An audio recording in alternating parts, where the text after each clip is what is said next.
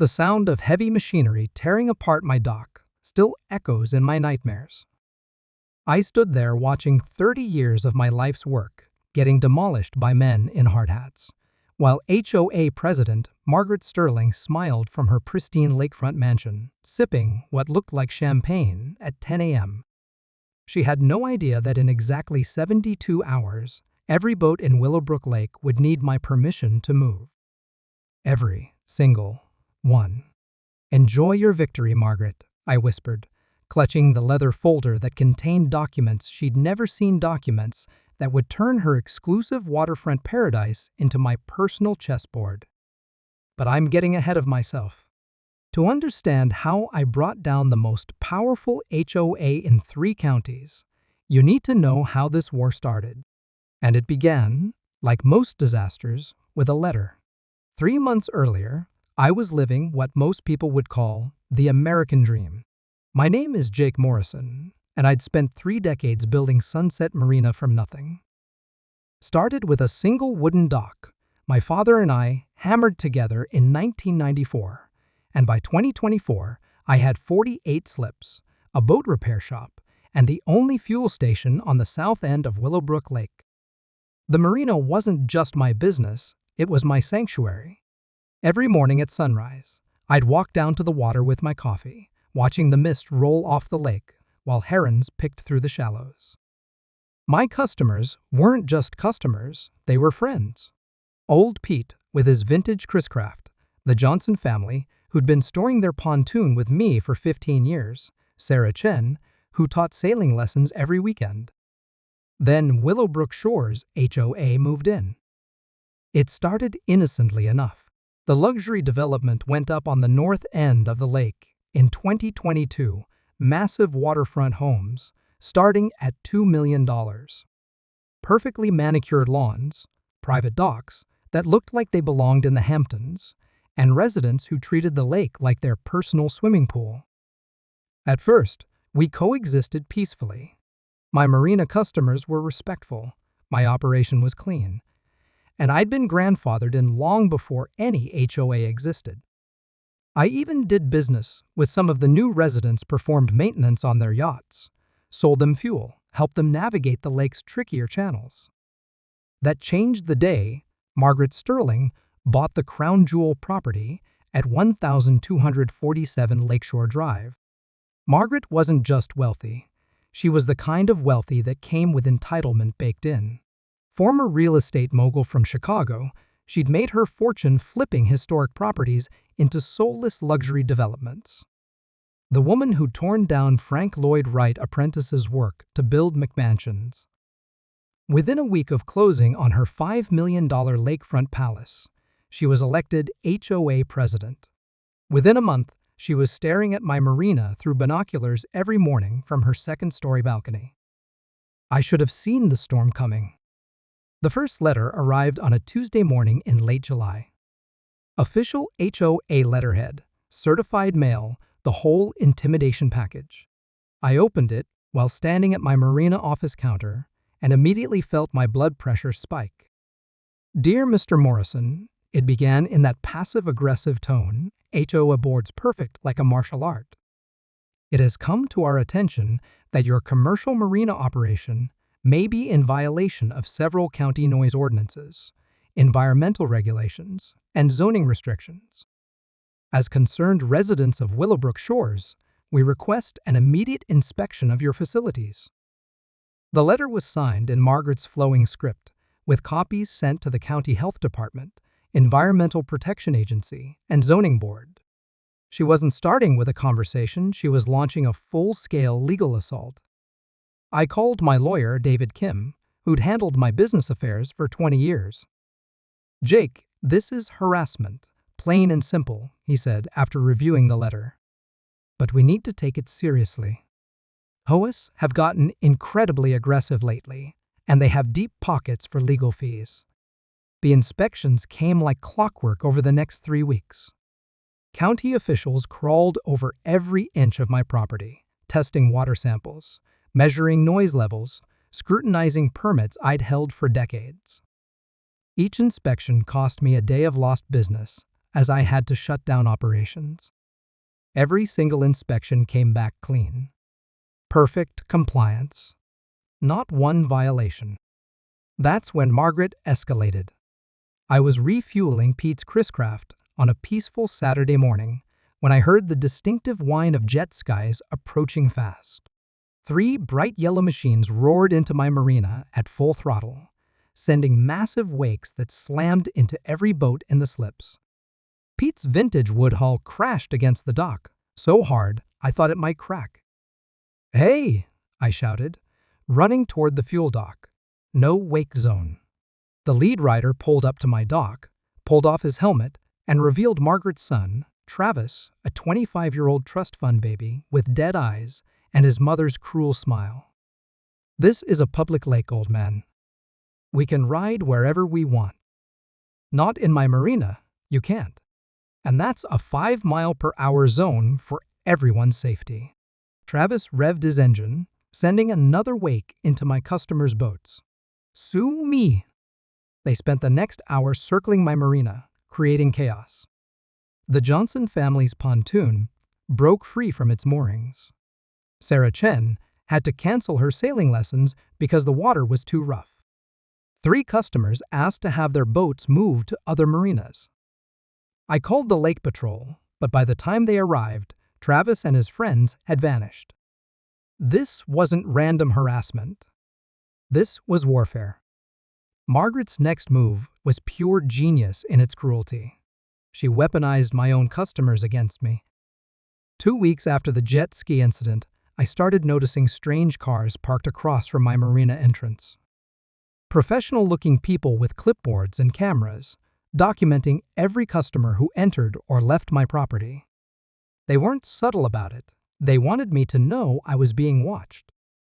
Then the letters started arriving. Not to me, to my customers. Sarah Chen was the first to show me hers. She walked into my office Tuesday morning, her usually bright expression replaced with worry lines. "Jake, I need to ask you something, and please don't take this the wrong way." She placed an official-looking letter on my desk. Same HOA letterhead as before, but this one was addressed to her personally. "Dear Mrs. Chen," the letter began, "as a concerned community organization, we feel obligated to inform you of serious environmental and safety violations we've documented at Sunset Marina. Our investigation has revealed potential fuel contamination, unsafe dock conditions, and non-compliance with federal boating safety regulations. For your own protection and liability, we strongly recommend relocating your watercraft to a properly managed facility." The letter included a list of alternative marinas that would offer her a discount for transferring her boat. Every single recommended marina was owned by companies that had contributed to Margaret's political campaigns when she was running for city council. "Sarah," I said, trying to keep my voice steady, "every single claim in this letter is fabricated. You've seen my inspection reports. You know this place better than your own garage." She nodded, but I could see the doubt creeping in. "I know, Jake. I trust you completely. But my insurance company is asking questions now. If something happened, and they could prove I knew about these allegations." Margaret wasn't just trying to destroy my business. She was systematically terrifying my customers into abandoning me. Over the next month, 17 of my 48 customers received identical letters.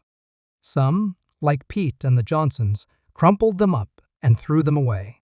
But others, especially the newer customers, who didn't know me as well, started asking uncomfortable questions. My revenue dropped by 30% in August. But Margaret wasn't done. She was just getting started. The coup de grace came disguised as a community meeting. Willowbrook Lake Environmental Protection Initiative, the flyers announced. Join us for an important discussion about preserving our lake's natural beauty and ensuring safe recreational activities for all residents. The meeting was scheduled for 7 p.m. at the community center, with Margaret listed as the featured speaker. I almost didn't go.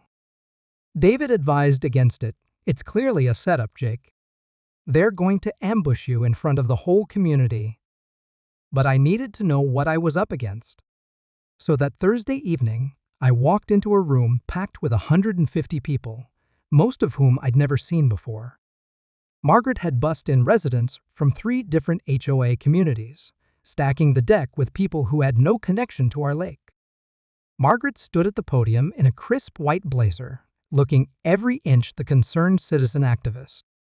Behind her, a massive projection screen displayed aerial photos of my marina, with ominous red circles highlighting normal operational areas. "Ladies and gentlemen," she began, her voice carrying that practiced authority of someone who'd spent decades manipulating zoning boards. "We are here tonight because our precious lake ecosystem is under assault." The presentation was a masterpiece of deception. She'd hired a professional graphics team to create charts showing declining water quality and increased noise pollution that coincidentally began the year my marina opened, never mind that my marina had been there for 30 years. She showed photos of environmental damage that were actually normal wear patterns on any working waterfront. She played audio recordings of excessive noise that sounded suspiciously like they'd been taken during the annual 4th of July boat parade, not during normal marina operations. But the crescendo came when she clicked to a photo of Travis's jet skis. "This is what passes for responsible lake management at Sunset Marina," she announced. "High-speed recreational vehicles operating with impunity, creating dangerous wake conditions, showing complete disregard for other lake users." The crowd murmured with disapproval. I started to stand up to object, but Margaret wasn't finished. "Ladies and gentlemen, I didn't want to make this personal. Mr. Morrison has been part of this community for many years. But when public safety is at stake, we must put emotions aside." She clicked to the next slide, a blown-up copy of a citation. "This is a formal violation notice issued to Sunset Marina just last week for operating outside permitted hours, creating excessive noise disturbance, and allowing unauthorized watercraft access to restricted areas." My heart stopped. I'd never seen that citation before in my life, because it didn't exist. But the crowd didn't know that. They saw an official-looking document with the county seal, and that was enough. Therefore, Margaret continued, the Willowbrook Shores HOA, in partnership with concerned citizens throughout the lake community, is formally requesting that Sunset Marina's operating permits be revoked pending a full environmental impact study. The room erupted in applause. I sat there, stunned, as my neighbor's people I'd known for decades nodded along with Margaret's lies. She'd turned my own community against me with fabricated evidence and professional presentation skills. As the meeting ended and people filed out, Margaret approached me with that same cruel smile I'd seen the morning she watched my dock get demolished. "Nothing personal, Jake," she said quietly. "It's just business. Your little operation doesn't fit the vision we have for this lake." "What vision is that, Margaret?" "Exclusive, private, properly managed." She leaned closer, her voice dropping to a whisper. "You're going to close voluntarily, or I'm going to make your life so miserable you'll beg to leave. Your choice." That night, I sat in my marina office until 3 a.m. staring out at the water and trying to figure out how to fight an enemy with unlimited resources and no moral boundaries. I had no idea that the solution was sitting in my filing cabinet, buried in paperwork my grandfather had left me 50 years earlier. The discovery happened by accident 3 days later. I was cleaning out old files preparing for what I thought might be my business's final months when I came across a manila folder I'd never paid attention to. It was labeled Lake Property G. Morrison 1924, 1967 in my grandfather's spidery handwriting.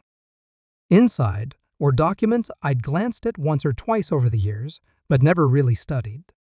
Property deeds, survey maps, correspondence with the State Water Authority.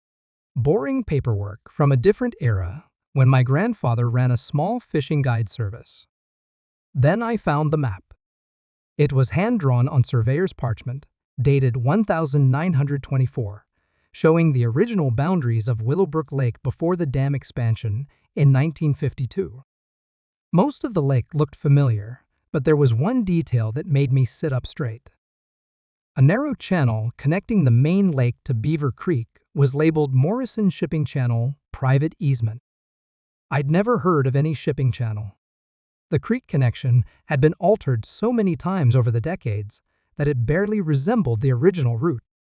But according to this map, my grandfather had owned exclusive rights to a waterway that, if it still existed, would be. I grabbed my laptop and pulled up the current county GIS mapping system. Modern Beaver Creek wound through the north end of the lake, right past Margaret's mansion, before connecting to the main body of water. The route had changed, but the principle remained the same. If this easement still existed, every boat that wanted to access the north end of Willowbrook Lake, including Margaret's private dock, would need to pass through water I controlled. My hands were shaking as I called David Kim. David, I need you to research a property easement from 1924, and I need you to do it quietly. Jake, what are you thinking? I'm thinking Margaret Sterling just made a very expensive mistake. The research took 2 weeks. David had to dig through county records, state archives, and Federal Water Authority databases. But slowly, the picture emerged. In 1924, my grandfather had purchased not just waterfront property, but exclusive navigation rights to the channel connecting Beaver Creek to the main lake. When the state expanded the lake in 1952, they'd altered the creek's route, but never officially canceled the easement. Under Michigan water law, the easement transferred with the property. For 70 years, 3 generations of Morrisons had owned exclusive rights to control boat traffic through the only deep water channel accessing the north end of Willowbrook Lake. Margaret's mansion, Travis's jet skis, and every single boat belonging to Willowbrook Shore's HOA residents accessed the lake through my channel. I owned them all. David, I said, after he explained the legal implications, how fast can you file the paperwork to enforce this easement? If you're serious about this, Jake, I can have it done by Friday. But are you sure you want to go to war? Margaret has serious money and political connections. I thought about the fake citation, the terrified customers, the demolished dock I was watching through my office window. File it. The enforcement notice went out on a beautiful Monday morning in September. Every property owner on the north end of Willowbrook Lake received a certified letter informing them that their boat access was contingent on paying navigation fees to the holder of the Morrison Shipping Channel easement. The fee structure was simple: $500 per vessel per month for recreational boats, $1,000 per month for high-performance craft like jet skis, $50 per transit for visiting boats. Margaret called my office before 10 a.m. "What the hell do you think you're doing?" She screamed into the phone. "Exercising my property rights, Margaret. Just like you taught me. This is extortion. No, this is capitalism. Supply and demand. I control the supply of lake access, and apparently there's quite a bit of demand for it. You can't do this. I'll sue you into bankruptcy. Feel free to try.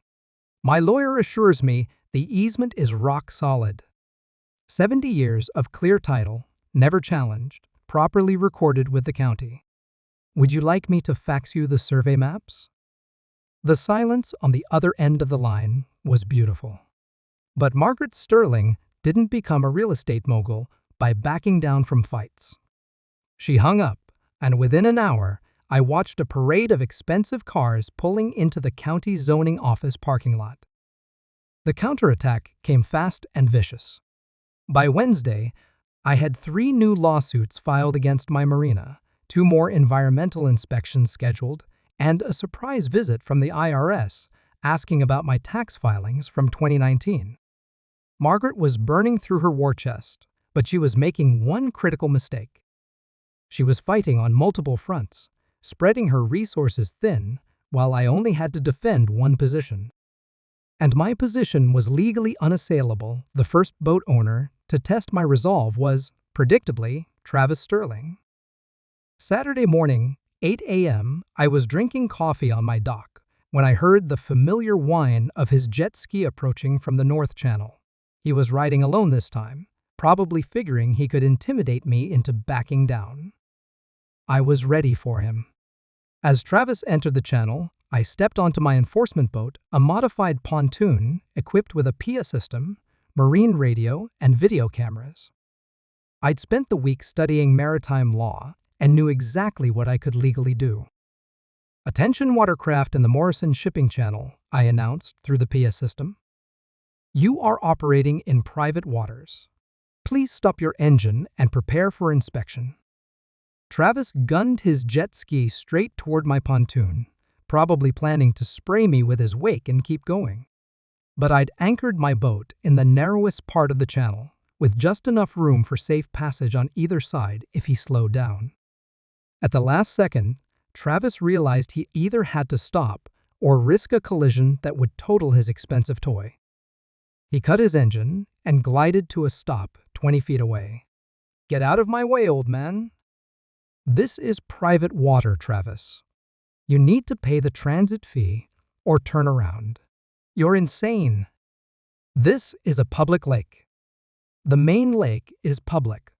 This channel is private and has been for 70 years.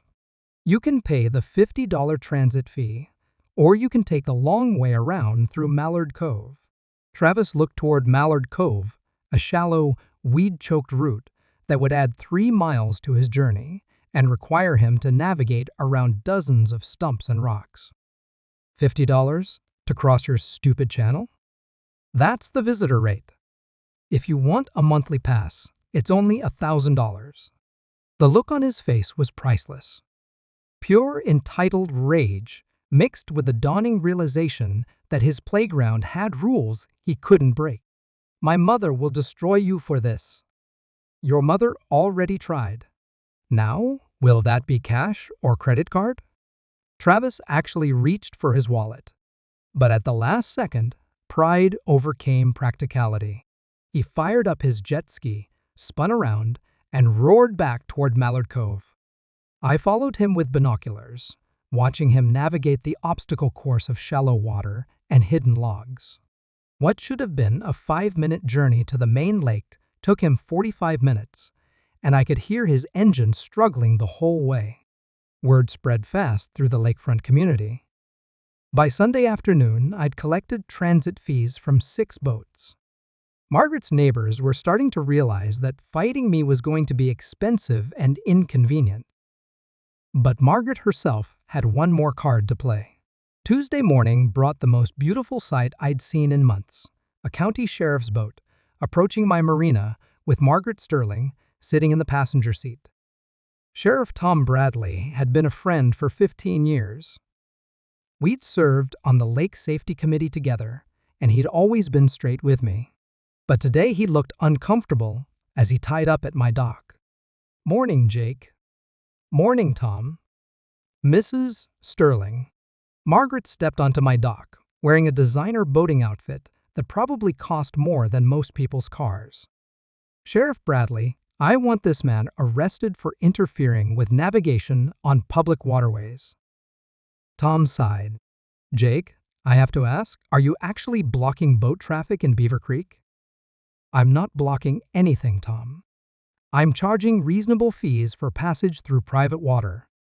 "The hell you are," Margaret snapped. "This is harassment, pure and simple."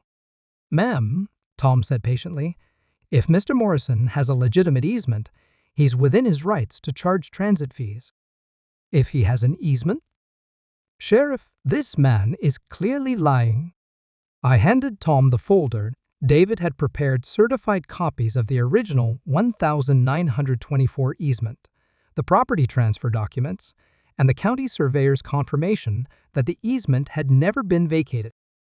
Tom studied the papers for several minutes, while Margaret fumed beside him. Finally, he looked up with something that might have been a smile. "Mrs. Sterling, this all looks legitimate to me. Mr. Morrison owns exclusive navigation rights to this channel." "That's impossible. I've had lawyers research every aspect of this lake." "Did your lawyers research maritime easements from the 1920s? The expression on Margaret's face told me everything I needed to know. Her high-powered legal team had focused on modern zoning laws and environmental regulations. They'd never looked at the foundation documents that established the lake in the first place. Tom handed me back the folder. "Jake, as long as you're not creating a navigational hazard and you're not charging discriminatory fees, you're operating within the law." Discriminatory fees. Same rate for everyone in the same category. Can't charge more just because you don't like somebody. I looked directly at Margaret. "Don't worry, Sheriff. Mrs. Sterling gets exactly the same rate as everyone else."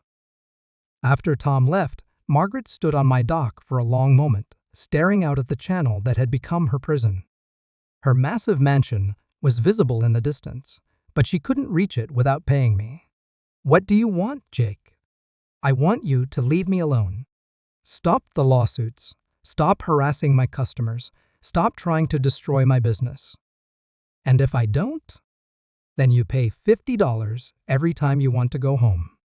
Your son pays $50 every time he wants to play with his toys. Every one of your HOA friends pays $50 every time they want to use the lake. You can't do this forever. Margaret, I'm 62 years old. I've got nothing but time. The question is, how much money do you want to spend proving me wrong?" She didn't answer. She just called Tom on her cell phone and asked for a ride back to shore. The breaking point came 3 weeks later, and it was more satisfying than I could have imagined. I was working on Pete's engine when I heard shouting from the channel. Through my office window, I could see Margaret's yacht, a 40-foot Sea Ray, that probably cost more than my house did, in the water, right in the middle of my easement. I grabbed my marine radio. "Disabled vessel in Morrison Channel. This is Harbor Master Morrison. Do you require assistance?" Margaret's voice crackled back, tight with barely controlled fury. "My engine died. I need a tow." "I'd be happy to help, Mrs. Sterling. My tow rate is $200, plus the $50 transit fee." $200 to tow me half a mile? That's the standard marine assistance rate on Willowbrook Lake. You can check with the Coast Guard Auxiliary if you'd like a second quote, but their response time is usually 3 to 4 hours. Long pause. "Fine, just get me out of here." I took my time getting the towboat ready. Not to be cruel, well, maybe a little, but because I wanted to savor the moment. Margaret Sterling, the woman who'd tried to destroy my life, was literally at my mercy in the middle of the water she'd tried to steal from me. As I pulled alongside her yacht, I could see her standing on the bow, her designer outfit wilted from the heat, her carefully styled hair ruined by the lake breeze. This was a woman who controlled million-dollar real estate deals, who commanded HOA boards and city councils. Today, she needed my help. "Trouble with the engine?" I asked as I secured the tow line. "Just get me to my dock." "Actually, Mrs. Sterling, there's a problem. Your dock is on the north side of the channel, and my tow insurance only covers transport to approved marine facilities." "What are you saying?" "I can tow you to Sunset Marina, where you can arrange your own transport home. Or I can tow you to the public boat ramp at Miller's Point." Margaret's face went through several shades of red. "You're doing this on purpose." "I'm following proper marine safety protocols. Can't have unauthorized vessels blocking the shipping channel while you arrange alternative transportation." In the end, she chose the public boat ramp, a concrete slab surrounded by pickup trucks and fishing boats that looked like everything she'd spent her life trying to escape. I watched her call for a taxi from the parking lot, while her yacht sat on a rusty boat trailer between a bass boat and a pontoon with a cooler duct taped to the deck. The next morning, I found an envelope slipped under my office door. The envelope contained a single sheet of letterhead from Margaret's law firm. No flowery language, no legal threats. Just 2 sentences. Willowbrook Shores HOA withdraws all complaints and legal actions against Sunset Marina. We look forward to peaceful coexistence going forward. It was signed by Margaret herself. I called David immediately. Is this what I think it is? It's a surrender, Jake. Complete and unconditional. Within a week, the harassment stopped completely. No more fake inspections, no more threatening letters to my customers, no more jet skis terrorizing my marina. Travis Sterling took up golfing.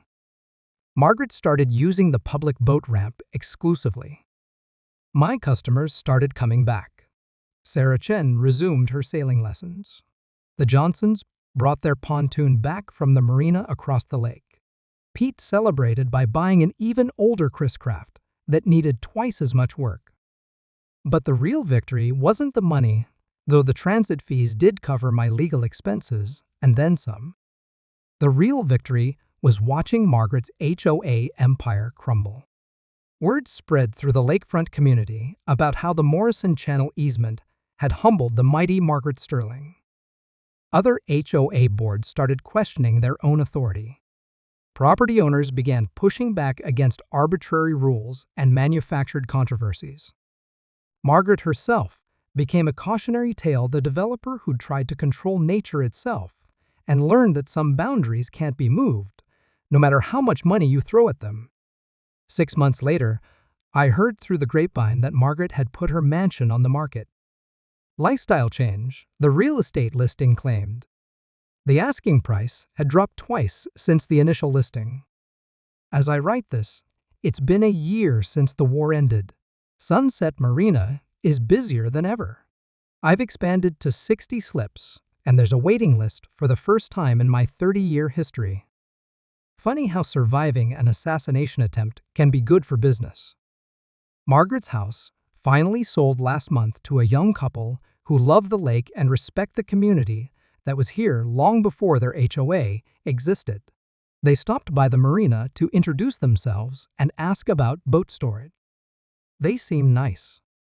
Travis moved back to Chicago, where he apparently discovered that jet skis don't work very well in downtown traffic. And Margaret? I heard she bought a condo in Scottsdale. No water in sight. Sometimes, late at night, when I'm closing up the marina, I walk down to the end of my dock and look out across the water.